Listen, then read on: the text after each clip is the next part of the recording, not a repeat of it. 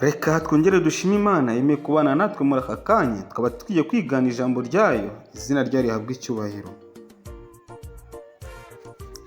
Igitabo cya Mariko nicyo cyigisho turi kurebera hamwe muri iki gihembwe. Iki cyumweru rero dufite insanganyamatsiko igira iti kwigisha abigishwa umugabane wa kabiri. Icyo kwibukwa kiraboneka muri Mariko igice cya 10 umurongo wa 45. Haragira hati kuko umwana w'umuntu ataje gukorerwa ahubwo yaje gukorera abandi no gutangira ubugingo bwe kuba incungu ya benshi. Inshuti mukundwa, ndagira ngo musabe kugira ngo tujye mbere ku cyigisho cy'uyu munsi wa none. Kuri uyu wa gatatu tugiye kwigira hamwe icyigisho kigira kiti igishoro kiruta ibindi. Mbere ko tujya mbere muri iki cyigisho, twiragize Imana dusenge. Data wa twese uri mu ijuru, turagushimiye, turaguhimbaje, uhabwe icyubahiro. Tugushimiye ko wakomeje kubana natwe, ugakomeza no kuturinda. Turakwinginze rero kugira ngo ubane natwe no muri iki cyigisho cy'uyu munsi wa none. Nibyo dusabiye ubuntu mu izina rya Yesu Kristo umwami wacu. Amen. Igishoro kiruta ibindi niyo ngingo tujye kurebera hamwe kuri uyu munsi wa none. Reka turebere hamwe muri Bibiliya yacu. Turebe mu butumwa bwiza nk'uko bwanditswe na Mariko igice cyaho cya 10. Dusome umurongo wa 17 tugeze ku murongo waho wa 31. Iby'umusore w'umutunzi ni wo mutwe w'icyigisho. Ageze mu nzira, umuntu aza aho ari yirukanka, aramupfukamira, aramubaza ati mwigisha mwiza, nkorene ngo mbone kuragwa ubugingo buhoraho. Yesu nawe aramubaza ati unyitira iki mwiza? Nta mwiza keretse umwe, niwe Mana. Uzi amategeko: ntukice, ntugasambane, ntukibe, ntukabeshyere abandi, ntukariganye, wubahe so na nyoko. Aramubwira ati mwigisha, ayo yose narayitondeye mpereye mu buto bwanjye. Yesu amwitegereje aramukunda, aramubwira ati ushigaje kimwe, genda ibyo ufite byose ubigure impiya uzifashishe abakene, nibwo uzagira ubutunzi mu ijuru, uhereko uze unkurikire. Yumvise iryo jambo, mu maso ye harahonga, agenda afite agahinda kuko yari afite ubutunzi bwinshi. Yesu araranganya amaso abwira abigishwa be ati erega biraruhije ko abatunzi binjira mu bwami bw'Imana. Abigishwa be batangazwa n'amagambo ye, nuko Yesu arabasubiza ati bana banjye, nukuri biraruhije ko abiringiye ubutunzi binjira mu bwami bw'Imana. Icyoroshye nuko ingamiya yanyura mu izuru ry'urushinge kuruta ko umutunzi yakwinjira mu bwami bw'Imana. Barumirwa cyane bati ubwo bimeze bityo, ninde ushobora gukizwa?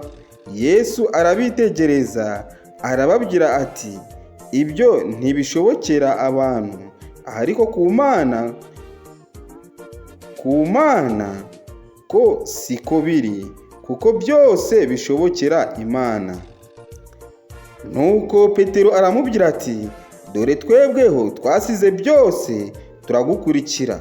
Yesu aramubwira ati ndababwira ukuri yuko nta wasize inzu cyangwa bene se cyangwa bashiki be cyangwa nyina cyangwa se cyangwa abana cyangwa amasambu ku bwanjye no kubw'ubwami bwiza, utazahabwa ibiruta ibyo inshuro 10 100 muri iki gihe cya none.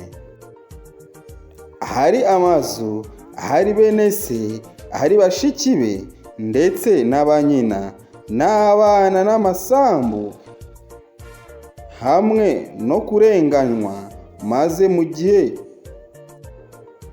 kizaza akazahabwa ubugingo buhoraho. Ariko benshi b'imbere bazaba ab'inyuma, kandi ab'inyuma bazaba ab'imbere. Inshuti mukundwa, ni ayahe masomo y'ingenzi yerekeranye no kwizera? N'icyo usabwa kugira ngo uhindure abantu bose abigishwa, abakire cyangwa abakene, wabonye muri iyo mirongo dusomye haruguru. Nyamara uburyo uwo muntu yegereye Yesu bigaragaza kwicisha bugufi n'icyubahiro yamuhaga. Yaje yirukanka aramupfukamira, maze amubaza ikibazo cyari kivuye ku ndiba y'umutima we, kigaragaza iherezo rya buri muntu n'icyo yifuza kuzabona ku iherezo ry'ubuzima bwe ku isi. Nakora iki ngo mbone ubugingo buhoraho? Yesu yamushubije yifashishije itegeko ryanditswe ku gisate cya kabiri cy'amabuye cyanditsweho amategeko 10 y'Imana. Nanone uwo muntu yagaragaje igitekerezo cye avuga ko yitondeye amategeko yose y'Imana, ndetse ibyo akaba yarabikomeje kuva mu bwana bwe. Mu banditsi b'ubutumwa bwiza uko ari bune, Mariko wenyine niwe wavuze ko Yesu yitegereje uwo muntu akamukunda. Hari ikintu kidasanzwe cyakururaga icyifuzo cy'uwo muntu, ariko Yesu yashatse kugerageza niba koko ibyo avuga kandi asaba bimuvuye ku mutima. Amusaba kugenda akagurisha ibyo afite byose, ibivuyemo akabifashisha abakene, hanyuma akaza akamukurikira. Uwo muntu yagiye atentemutse kuko yari afite ubutunzi bwinshi. Mu kuri ntabwo yaritondeye amategeko yose, kuko irya mbere yari yaramaze kuryica, kuko hari ikindi kintu yari yaragize nyambere akakirutisha Imana. Ubutunzi bwe bwari nk'ikigirwamana kuri we. Yesu yahereye aho asobanura uburyo ubutunzi ari rukuruzi, ku buryo byoroshye ko inyamaswa nini nk'ingamiya yanyura mu izuru ry'urushinge kuruta uko umutunzi yakwinjira mu bwami bw'Imana. Abigishwa batangajwe n'ibyo Yesu avuze, bibaza niba hari ushobora gukizwa niba ari uko nguko ibintu bimeze. Yesu yateye umusumari ku murongo wa 27, ariko ku Mana siko biri, kuko byose bishobokera Imana. Mariko igice cya 10 umurongo wa 27 hasa n'ahantu heza ho gusoreza iyo nkuru. Ntawe ushobora kujya mu ijuru biturutse ku mbaraga ze.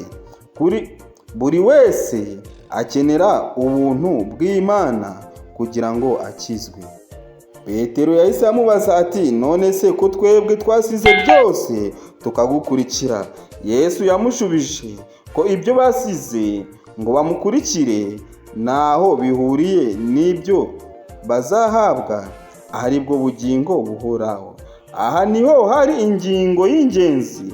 Urupfu rwa Yesu nirwo cyiru cyo gukiranirwa kw'inyoko muntu, kandi ubuntu bwa Kristo no kuzuka kwe nibyo bituma tubarwa nk'abakomeza amategeko y'Imana.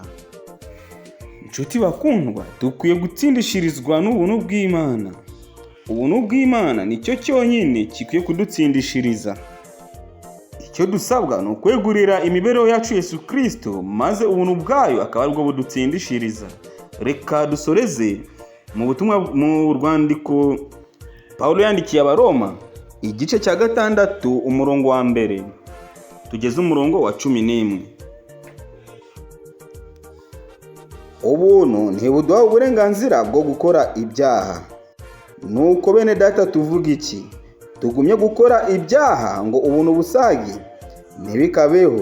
Mbese twebwe abapfuye ku byaha twakomeza kuramira muri byo? Twakomeza kuramira muri byo dute?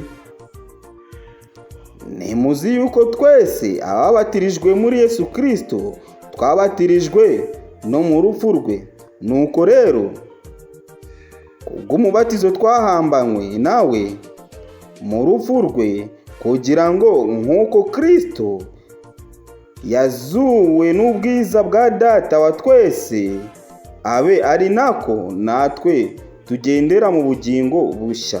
Nshuti bakundwa, kubw'urupfu rwa Kristo tukwiye kugendera mu bugingo bushya, kandi kuko Kristo yazuwe n'ubwiza bw'Imana, natwe tukwiye kugendera mu bugingo bushya. Ubwo twateranijwe nawe gusangira urupfu nk'urwe, niko tuzaba duteranijwe nawe gusangira kuzuka nk'ukwe. Kandi tumenye iki? Yuko umuntu wacu wa kera yabambanywe nawe, kugira ngo umubiri w'ibyaha ukurweho, twe kugumya kuba imbata z'ibyaha, kuko uwapfuye aba atsindishirijwe ibyaha. Nshuti mukundwa, ntabwo tukwiye kuguma kuba imbata z'ibyaha, kuko mu by'ukuri uwapfuye yatsindishirijwe ibyaha.